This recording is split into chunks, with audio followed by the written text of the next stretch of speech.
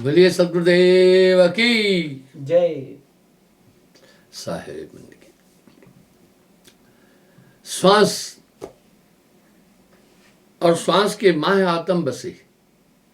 कभी कभी हम सब कहते भी हैं, भाई इसके प्राण यमराज निकाल कर ले गया। इसका मतलब है प्राण खास है।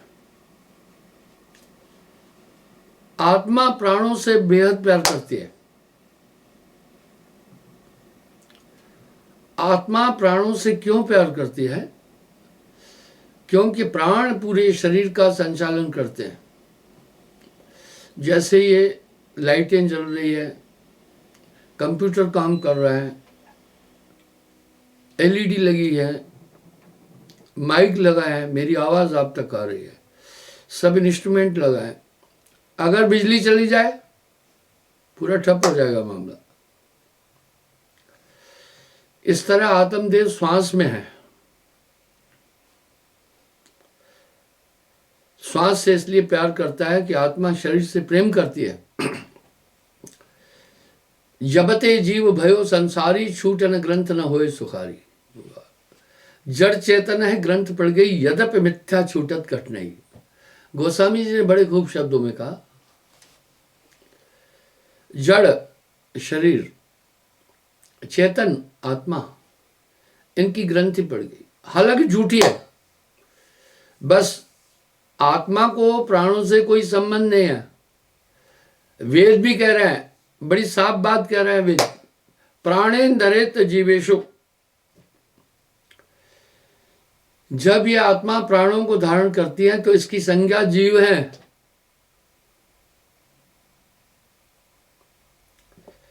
बंध दशा में जीव है, बंध दशा में जीव है, मोक्ष दशा में शिव। कहे कबीर धर्मदास से, यही जीव यही शिव। इसलिए आत्मा ने धारण किया प्राणों को। आत्मा प्राणों में रम गई। बात बड़ी सीधी है। शरीर में ये प्राण काम कर रहे हैं। आप देख रहे हैं दूध से बड़े व्यंजन बनते हैं, पर बनाने की कला हो। इसी दूध से खोआ बनता है, इसी से पनीर बनता है, इसी से मक्खन बनता है, इसी से दही बनती है, इसी से पेड़े बनते हैं, इसी से रसगुल्ले बनते हैं, गुलाब जामुन बनता है, विविध प्रकार के मिष्ठान बनते हैं,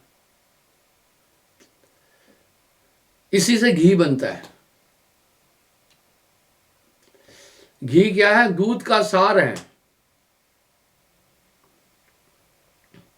इस प्रकार श्वासाओं का संचालन प्राणों का आत्मा ही कर रही है। वह आत्मा की एक ताकत है। आत्मा अनुभव की जाती है स्वानुभूति से। मैंने एक प्रमाण कई बार दिया। ध्यान आत्मा है। अगर आप अपना ध्यान एक क्षण के लिए पेट में रोकें तो आपके पेट में स्पंदन हो जाएगा। आपको लगेगा वहां कुछ है, पर आप बोल नहीं पाएंगे क्या है। जैसे आपकी उंगली, आपकी आंख बंद है, किसी ने आपकी उंगली पर उंगली रख दी तो आपको यह पता चल जाता है कोई चीज मेरी स्किन को टच किया है, स्पंदन कर रही है। इसी तरह जब आप पेट में थोड़ी देर ध्यान रोकेंगे तो आपको वहां स्पंदन की अनुभूति होगी कि यहाँ कुछ और चीज है, वो है ध्यान। अगर यही ध्यान आप कंठ में ले आएंगे तो आपको लगेगा कंठ में कुछ है, समझ में नहीं आएगा जल्दी। यही ध्यान अगर आंख बंद करके आप त्रिकुटी में लाएंगे तो आपको यहां पर स्पंदन लगेगा, कुछ है। इसका मतलब ध्यान तो है, पर वो ध्यान आत्मा है, वो पंच भौतिक तत्वों से परे है।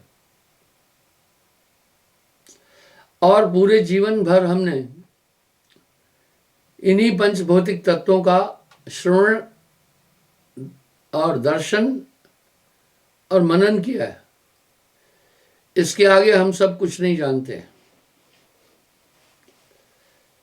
जैसे बालक अधिक समय खिलौनों में गुजारता है,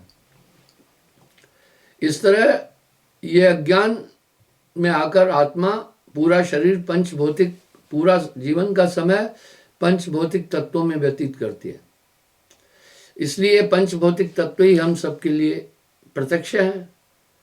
आत्मा हमारी पंच भौतिक तत्वों से बिल्कुल बेहद परे है। देखिए बहुत बड़ा संदेश दे रहे हैं साहब यहां। श्वास और श्वास के माय आत्म बसे। देखिए कितना साफ कह रहे हैं, देह के नाश सब विनश जाएगी। नानक देव जी से किसी ने एक प्रश्न किया,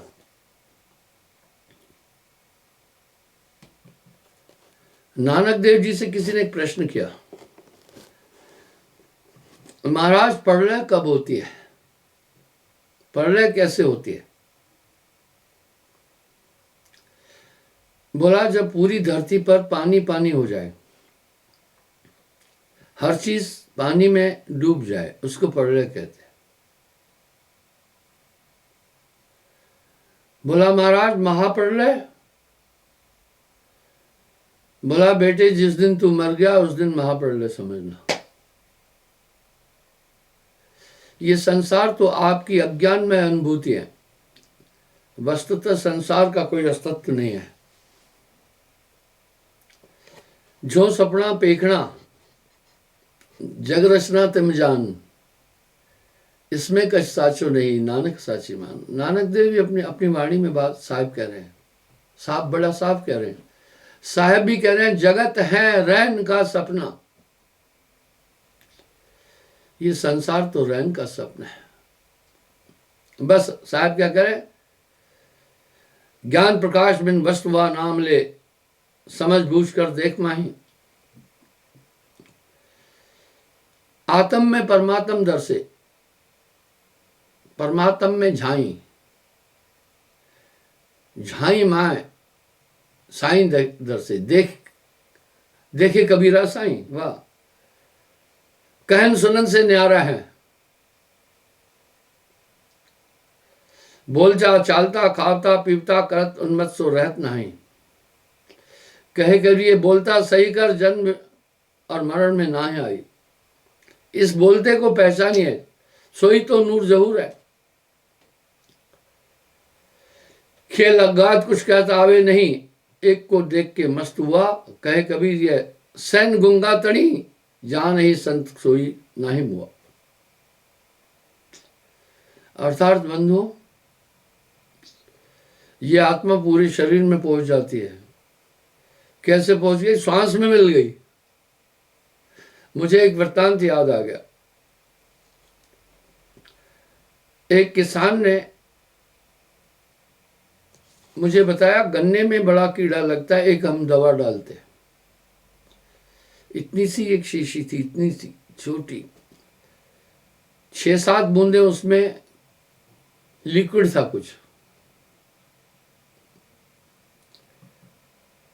उसने कहा ये 5 एकड़ में डालेंगे। मैं हैरान हो गया, 5 एकड़ में 4-5 बूंद का लिक्विड कैसे डालोगे?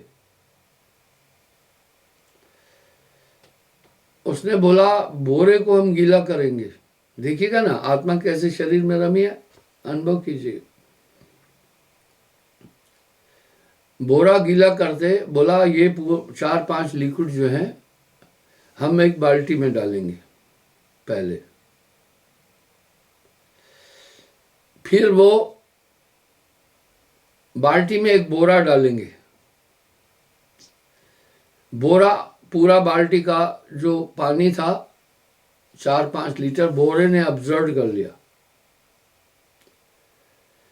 फिर उस बोरे को हम ट्यूबवेल की पाइप पर बांधते हैं। वाह क्या बात थी। इसलिए जो पानी निकलता जाता है बोरे का स्पर्श करता जाता है, बोरे में से होकर निकलता है। इसलिए 5 एकड़ जमीन की सिंचाई में वो 5 बूंद पानी पहुंच जाता है।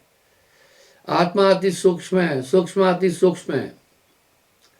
वही आत्मा इस संपूर्ण संसार की अनुभूति कर रहा है। बंधुओं, श्वास में रमी, श्वास और श्वास के माह आत्म बसे। आत्मा श्वासा के मध्य में रह रही। श्वास सुरत के मध्य में कभी न न्यारा होए, ऐसा साक्षी रूप है सुरत निरस से जोए। आगे कह रहे हैं, अधर आसन और अमर डेरा किया, जोग का मूल गए जुक्त पाई।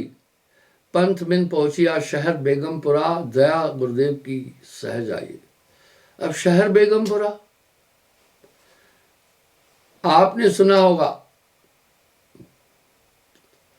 एक बेगमपुरा एक्सप्रेस चलती है वाराणसी काशी से लेकर के माता वैष्णो देवी कटरा तक।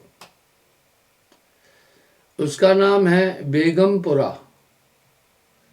बहुत कम लोगों को पता होगा ये बेगमपुरा, क्योंकि कबीर साहब भी काशी में आए थे, उन्हीं के नाम से है ये गाड़ी।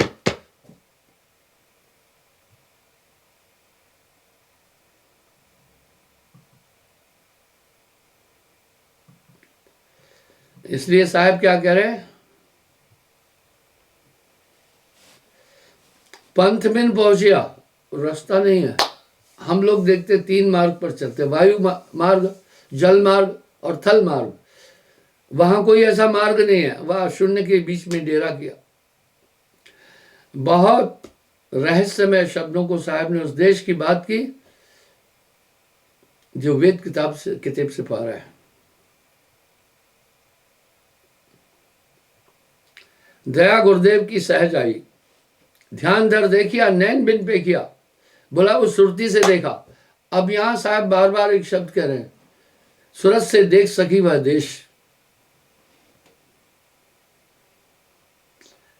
अगम अज्ञात सब कह जाई, कहे कबीर को संत बिरला रहे, सोई तो कहे यह सैन खाई। भाई संत जानते हैं, बिन देखे उस देश की बात करे सो कूड़। आप तो खाली खाते हैं बेचत फिरे कपूर। अब दूसरे पद में भी ये शब्द आ रहा है, शहर बेगमपुरा। गम खबर को कहते हैं, बे नकारात्मक है, जैसे कहा बेवकूफ, बेअकल। हम हीन कह रहे हैं, अंग्रेजी में इर कहते हैं, अन कहते हैं।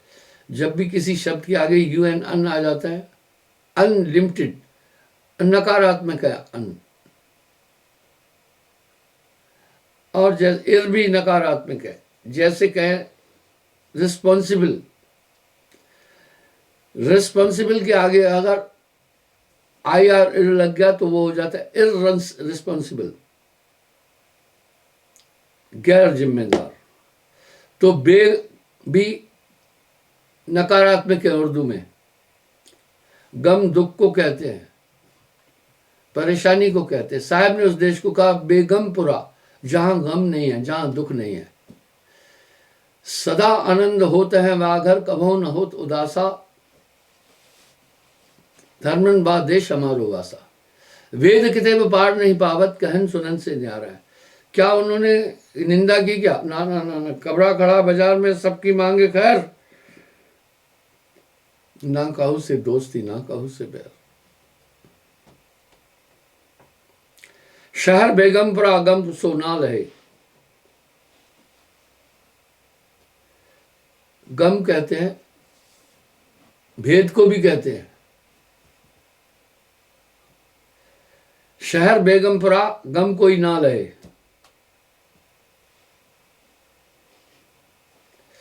होए बेगम सो गम पावे। होए बेगम सो गम पावे। गम भेद को कहा। गुप्त को कहा, जो होए बेगम यानी खुदी को मिटा दे। तू मैनू मार मुका बंदिया, ये खुदी क्या है? यही तो मन है, इसको मिटा। इस खुदी में चार चीज, इस खुदी में वैसे 6 चीजें हैं। मन के 4 रूप, मन, बुद्धि, चित्त, अहंकार, माया। ये काया माया है कहीं जानो, और आत्मदेव भी बैठा है। अब यहां साहब कह रहे हैं, दूध को मत कर घृत न्यारा किया, फिरत कर ताह में नाय समाई। अगर आपने एक बार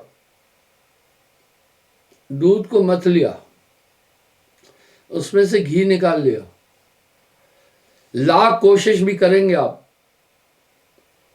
दोबारा वो सांस में नहीं समा सकता है। इस तरह सोना सज्जन साधुजन, टूटे जुड़े 100 बार, दुर्जन कुंभ कुम्हार का एक ही धक्क दरार। आत्मा एक बार जब अपने स्वरूप को प्राप्त कर लेती है तो उसके बाद देह भ्रम नष्ट हो जाता है। यही तो बात राम जी ने अपने गुरु वशिष्ठ मुनि से पूछी थी। हे गुरुदेव,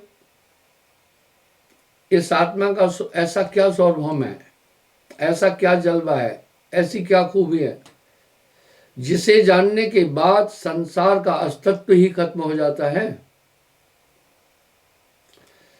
बोला, हे राम, आत्मा के जानने के बाद देहा अध्यास खत्म हो जाता है। अध्यास कहते हैं बहम को। मैं शरीर हूं ये भावना खत्म हो जाती है, और जो आत्मा का रूप देखा वो फिर कभी भूलेगा नहीं, वो फिर शरीर नहीं बनेगा। शरीर में रहता हुआ भी खावता पीवता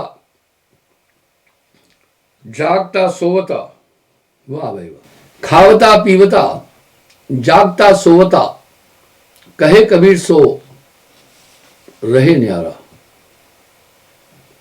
बोला, हे राम, उसके बाद उसको ये पता चल जाता है, मैं नहीं हूं शरीर, मैं इंद्रियों से सर्वथा परे हूं। आत्म ज्ञान बिना नर भटके, क्या मथुरा क्या काशी। अब यहां साहब एक बात कह रहे हैं, चाहे कितना भी मनन करो, कितना भी अध्ययन करो, लेकिन जब तक प्रत्यक्ष आत्मानुभूति नहीं होती है तब तक मनुष्य ज्ञानी नहीं है। यहां साहब ने तंज कसा है, क्या हुआ वेदों के पढ़ने से न पाया भेद को। क्या हुआ वेदों के पढ़ने से न पाया भेद को, आत्मा जाने बिना ज्ञानी कहलाता नहीं। अरे भाई, हमने पुस्तकों का जो अध्ययन किया उसको ग्रहण हमारी बुद्धि करती है, हमारा मन करता है, हमारी आत्मा तो कहन सुनन से न्यारी है। यह बोला इसलिए राम, जब शरीर देहाध्यास खत्म हो जाता है, पूरा संसार खत्म हो जाता है। वो इंद्रिय अपने को इंद्रियां नहीं मानता है, अपने को शरीर नहीं मानता है, 25 प्रकृतियां नहीं मानता है। आप देखें ना, पूरा संसार इसी मैं से ही तो अनुभव हो रहा है। कर्म ज्ञान इंद्रियां सभी मन का की सहचरणी है। तभी तो साहब अपनी वाणी में शब्द एक साफ साफ कह दिए, संतो तन खोजे मन पाया। तन ही मन है, इंद्रिय मन है। संतो तन खोजे मन पाया, इसलिए अध्यास खत्म हो जाएगा। अब साहब यहां क्या कह रहे हैं,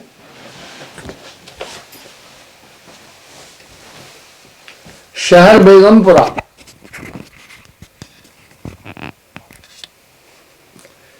शहर बेगमपुरा गम कोई ना लहे, होए बेगम सो गम पावे। इसलिए मैं को मिटाने का मतलब है इन सब पर नियंत्रण। मन बुद्धि चित्त अहंकार और पंचभौतिक तत्व 25 प्रकृति पर नियंत्रण करे। तो साहब यहां करे, मार 5-25 को अगम डेरा किया। हाँ, काम क्रोध लोभ मोह अहंकार, ये 25 प्रकृतियां, भूख प्यास आलस्य, निद्रा, जम्बाई आदि सब, ये सब तो मन की स्थिति है, इनसे परे हो जाता है। खावता पीवता जागता सोवता, कहे कबीर सो रहे माई, एक परम ध्यान की अवस्था बनती है। वाह, आपके कमरे में लाइट है और आंख बंद करने के बाद भी अगर आप प्रकाश के कमरे में बैठे हैं तो उसकी अनुभूति होती है। एक छोटा बालक बोल नहीं पाता, मां जब उसको सुलाती थी तो लाइट की तरफ यूं नजर करके करते, यानी ये मुझे बाधा डाल रही है, बंद करो। इसी प्रकार से जब तक आपकी ये कर्म ज्ञानेंद्रियां चैतन्य है तब तक जगत आपको अनुभव होगा ही होगा, चाहे आप कितना भी वो ध्यान करो। अब आत्मा कहाँ रमी है, वस्तु कहीं ढूंढे कहीं कहमत आवे हाथ, कहे कबीर भेदी लिया तो पल में देत लखा। बार बार साहब एक चीज की पैरवी कर रहे हैं, कैसे आत्मा अलग होगी, बार बार पैरवी कर रहे हैं। सुमरण से सुख होता है, सुमरण से दुख जाए, कहे कबीर सुमरण किए साईं माए समाए। फिर क्या कह रहे हैं, सुमरण श्वासो श्वास का जामे गांठ न मेर, और वो सुमरण है श्वास का। श्वास का सुमरण किया, पवन को पलट कर शून्य में घर किया, धर्म में अधर भरपूर देखा, कहे कबीर गुरपुर की महर से त्रिकुटी मध्य दीदार देखा। खेल ब्रह्मांड का पिंड में देखिया। आप शब्दों को समझे ना, ये श्वास को फेरने के, शून्य की तरफ फेरने का क्या मतलब है, श्वास से बाहर निकलना। जब तक आपकी इंडा पिंगला चल रही है आप श्वास के अंदर है, और जब आत्मा फिर अंदर है, आत्मा ही तो श्वास ले रही है ना, और जब आप इसके अंदर हैं तब आप फिर शरीर के अंदर भी हैं। जब श्वास में पवन ने धोखा दिया तब गगन गर्जो आए के, बस फिर ये नाभि दल में आ जाती है। मैंने बैठते ही कहा था कि दूध से कई चीजें बनती हैं, खोआ बनता है, पनीर बनता है, रसगुल्ले बन जाते हैं, दही बन जाती है, मक्खन बन जाता है। इस तरह ये श्वासाएं जब जाकर के आत्मा इस सिद्धांत से पूरे शरीर में रमी है। मैंने गन्ने के खेत का एग्जाम्पल क्यों दिया कि 5 एकड़ जमीन में वो 4 बूंद जाकर के पूरा से मिल जाती थी और वो कीटनाशक थी। इस तरह आत्मा अति सूक्ष्म है, वो पहले श्वास में मिल गई और श्वास नवनाड़ियों में मिला, नाभि में पहुंचकर वहां 10 प्राण बने, 5 प्राण है, 5 उप प्राण है, अपान समान उदान प्राण सर्वतन ज्ञान देवतत कृकिल नाग धनंजय सबल। ये वायुएं पूरे शरीर में काम कर रही है। अभी जो मैं बोल रहा हूं ये धनंजय वायु है, जो मैं देख रहा हूं ये देवदत्त वायु है, जो मेरे हाथ पांव हिल रहे हैं ये भी वो है, और जब आप सोते हैं ये नाग वायु है। सुकड़ना, पसरना, बोलना, सुनना, बल लगाना ये वायु का काम है, वायु का काम है। आप देख रहे हैं आजकल ऐसे बड़े बड़े ट्राले हैं जिनकी कैपेसिटी 50-50 टन है, वो पूरा लोड वायु के ऊपर ही तो है। इसी प्रकार ये सूक्ष्म आत्मा प्राणों को धारण किया, प्राण नौ नाड़ियों के द्वारा 72 कोठों में पहुंचा, पूरी बॉडी पूरे अंग में पहुंचा, इसलिए शरीर चैतन्य हुआ। जब ये प्राण निकल जाते हैं, हंसा उड़ा तो बात ही खत्म हो जाती है। मरते मरते जगमुआ मरण न जाना कोई, ऐसी मरनी ना मरे जो बहुर न मरना। इस प्रकार जब आत्मा प्राणों से बाहर निकल जाती है तब जगत का अस्तित्व ही खत्म हो जाता है। कहे कबीर ता द्वैत भाषे नहीं, वहां मन बुद्धि चित्त अहंकार क्रियान्वित नहीं हो पाते हैं, सब स्टॉप हो जाते हैं। इनको तो माया ही संचालित कर रही है। तभी तो साहब यूं कह रहे मन माया तो एक है। जब पंचभौतिक तन ही नहीं है, इंद्रियां नहीं है, तो जगत का आवाज खत्म हो जाता है। इसलिए पवन को पलट कर शून्य में घर किया। जैसे श्वास में स्मरण करता है तो जब तब संयम साधना सब सुमरण के माय, कबीर जाने संत जन सुमरण सम कछुना। जैसे ये श्वासा में सुमरण करता है तो श्वासा ऑटोमेटिक इंडा पिंगला में लय हो जाती है।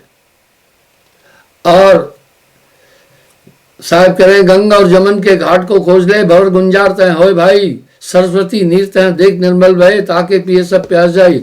जैसे सुषुम्ना खुल जाती है तो ये श्वासाएं जाकर शून्य में समा जाती है। वाह, इसको गोस्वामी जी भी तो कह रहे हैं ना। देखिए क्या कह रहे हैं साहब,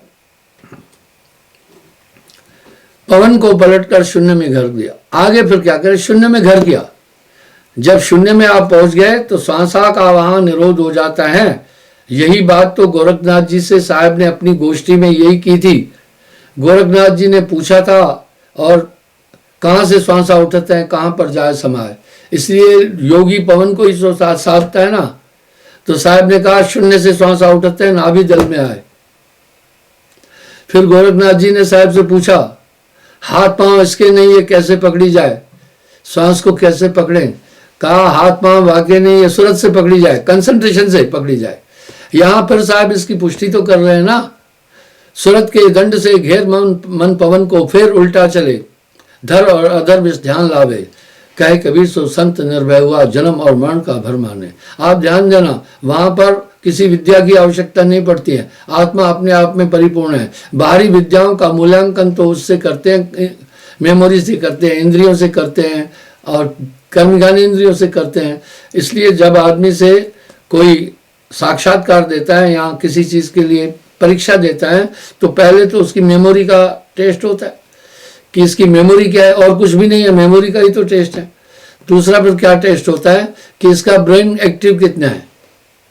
उदाहरण के लिए आईएएस के एग्जाम में एक विद्यार्थी से पूछा, तुम्हारे पीछे वाली दीवार का कलर क्या है। वो उलझ गया, यूं देखने लगा, बोला नहीं देखना नहीं है, नेचुरल था जो सामने कलर है वो पीछे। लेकिन आजकल ये मेथड टूट गया है। आजकल एक कमरे में दो दो भी कलर हो जाते। मैं भी देखा, मेरे एक कमरे में 2 कलर थे। मैंने कहा ये तो सब हेडेक होने वाली चीजें, ये तो परेशान करेगी, एक ही रंग रख, इससे ब्रेन उलझेगा। तो कहने का ये मतलब है श्वास का पूरा खेल है। और शून्य में जाकर श्वास जब समा जाती है तो आत्मा अपने आप को अनुभव करती है। अब यहां पर गोस्वामी जी तो कह रहे हैं बड़े सुंदर अलंकार से, सोहमा अस्मृति व्रति अखंडा। सोम श्वास को कहते हैं मेरे भाइयों। दीप शिखा सोई परम प्रचंडा, आत्म अनुभव सुख सुप्रकाशा, तब भव मूल अविद्या नाशा। कभी इस पर कोई गौर ही नहीं किया।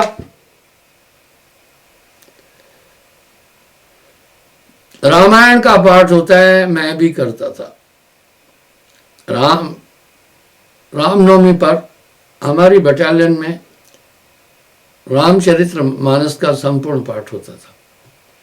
और रामायण अवधी भाषा में है और इसको समाप्त नहीं, पूरा अखंड रामायण में बीच में गैप नहीं और कोई ब्रेक नहीं होता था। तो लड़के कुछ थे एमपी के और यूपी के, तो 4 रामायण होती थी चारों के पास। दोहा पढ़ते जाते थे, चौपाई पढ़ते थे। जब वो थक जाता था तो बीच में कड़ी नहीं काटते हैं, कंटिन्यू चलती है। उदाहरण के लिए एक ने पढ़ा, सुना होता तय कथ कहानी, समझत बनय न जाय बखानी। हालांकि रामायण कई तर्जों में गाई जाती है ना, जैसे कुछ हाई पिच में भी। लेकिन जब रामचरितमानस का पाठ होता है तो हाई पिच में नहीं गाते। वैसे कई तरह से रामायण के अच्छे अच्छे गायक हैं। दोहों, साखी, छंद शब्दों को वो बहुत बेहतरीन तरीके से गाते हैं, उनको अभ्यास है। ऊंची आवाज में भी गाते हैं। गुरु प्रसन्न सा हे बनकूला, मिटी मलिन मन कल्पत सोला आदि कुछ इस तरह भी गाते हैं। लेकिन अखंड रामायण में इतनी लय में गाने से बहुत टाइम लग जाएगा, इसलिए उस समय तो यूं गाते हैं, सुनहु तात यह अकथ कहानी। दूसरा फिर पढ़ लेता है उसके खत्म होते ही, समझत बनह न जाय बखानी। तीसरे की नजर वही है, ईश्वर अंश जीव अविनाशी। चौथा कहता है, चेतन अमल सहज सुख राशि। इस तरह सर्किल चलता है। जब अगला थक जाता है तो उनको चेंज करने के लिए और आदमी होते हैं, उनको बताया हुआ है, क्योंकि बीच में उठना है, भोजन साजन खाना है, रामायण टूटना नहीं है। तो मुझे भी प्रोसीड करते थे, वो जानते थे, ये अवधि जानते हैं। तो इस तरह से रामायण में तो साफ कह दिया ना, भेद नहीं रखा। सुहमा अस्मृतितः वृति अखंडा, दीप शिखा सोई परम प्रचंडा। शिखा चोटी को कहते हैं। जब तुम्हारा श्वास शून्य में जाकर समाएगा, स्वयं श्वास को कहा, शिखा चोटी को कहते। आत्म दीप शिखा सोई परम प्रचंडा, आत्म अनुभव सुख प्रकाशा। वहां आत्मा का ज्ञान हो जाएगा। तब भव मूल अविद्या नाशा। यही तो वशिष्ठ जी ने राम जी को भी यही बात बोली, साहब भी तो यही कह रहे हैं। पवन को पलटकर शून्य में घर किया, दीप शिखा सोई परम प्रचंडा। सोमा अस्मृति तहां वृत्ति अखंडा, व्रत अखंड व्रत। हम इस व्रत में ही तो रह रहे हैं ना। तो साहब बड़ा साफ साफ कह रहे हैं, श्वास सूरत के मध्य में कभी न न्यारा होए, ऐसा साक्षी रूप है सूरत निरत से जो है। अब गोस्वामी जी वहां सीधा तो कह रहे हैं,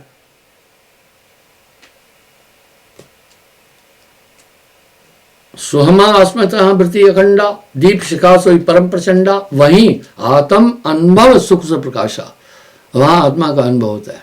तब भव मूल अविद्या नाशा, संपूर्ण अविद्या का नाश हो जाता है। यही तो वशिष्ठ जी ने राम जी को कहा, आत्मज्ञान के बाद संसार का अस्तित्व ही समाप्त हो जाता है।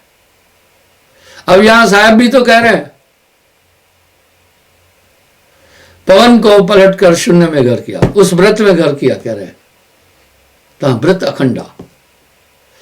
पवन को पलट कर शून्य में घर किया, धर्म में अधर भरपूर देखा, कहे कबीर गुरपुर की महर से त्रिकुटी मध्य दीदार देखा। आगे क्या करे, पैर बिन चल गया शहर बेगमपुरा। वहां पैर नहीं है तो भी चला जा रहा है। और तहां बैन बिन बोलना, वहां वाणी नहीं है फिर भी बोला है। नैन बिन सूझ है, आपका खेल को कौन जाने। खेल अज्ञात का कोई सुर विरला रहे, कह रहे हैं उस अज्ञात का भेद कोई कोई जानता है। कोटन मध्य क्या कहूं है, लाखन मध्य क्या कहूं है, कोई कोटन मां है। कोटन मध्य क्या कहे जब किया कबीर विचार।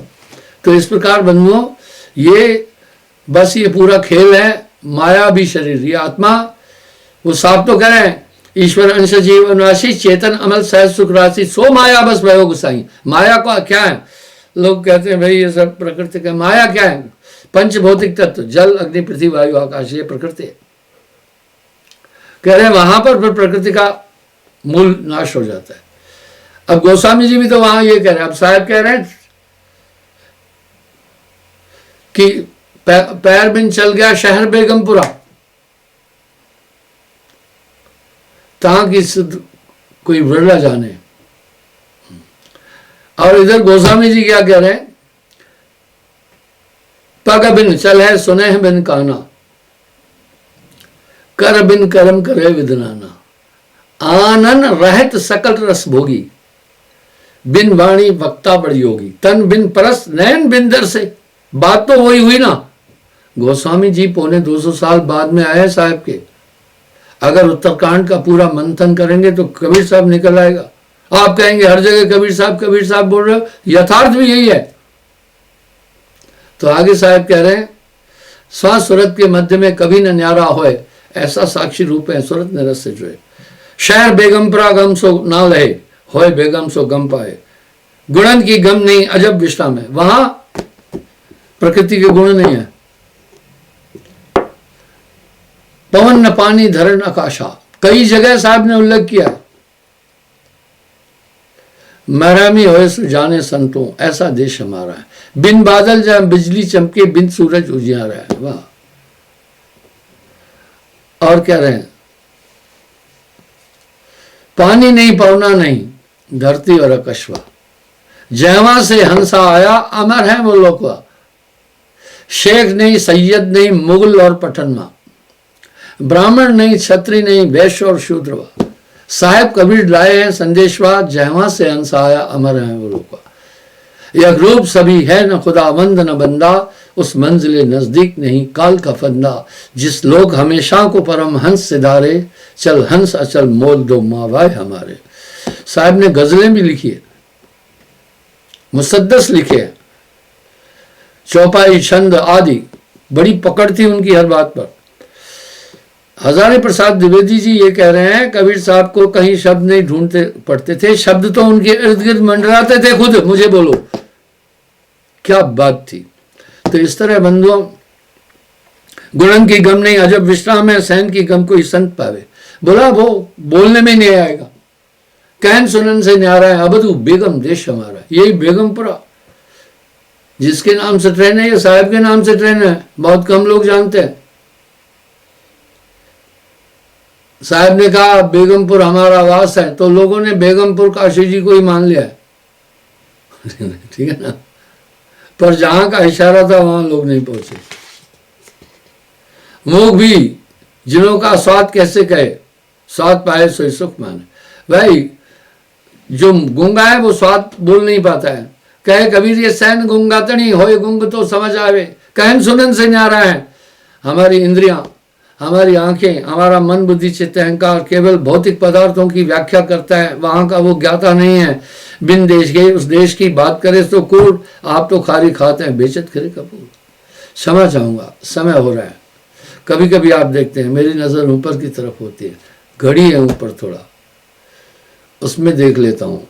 कल से ये घड़ी मैं नीचे कर दूंगा थोड़ा, ताकि बोलते हुए भी मुझे समय लगे। लोगों के पास समय का अभाव है क्योंकि संसार के कार्य करने हैं। मेरे पास भी समय का अभाव है क्योंकि मैं प्रवचन करता हूँ, लोगों से बातचीत करता हूँ, कभी यात्राएं करता हूँ। कल पुनः मैं हाजिर हो जाऊंगा साहेबन की।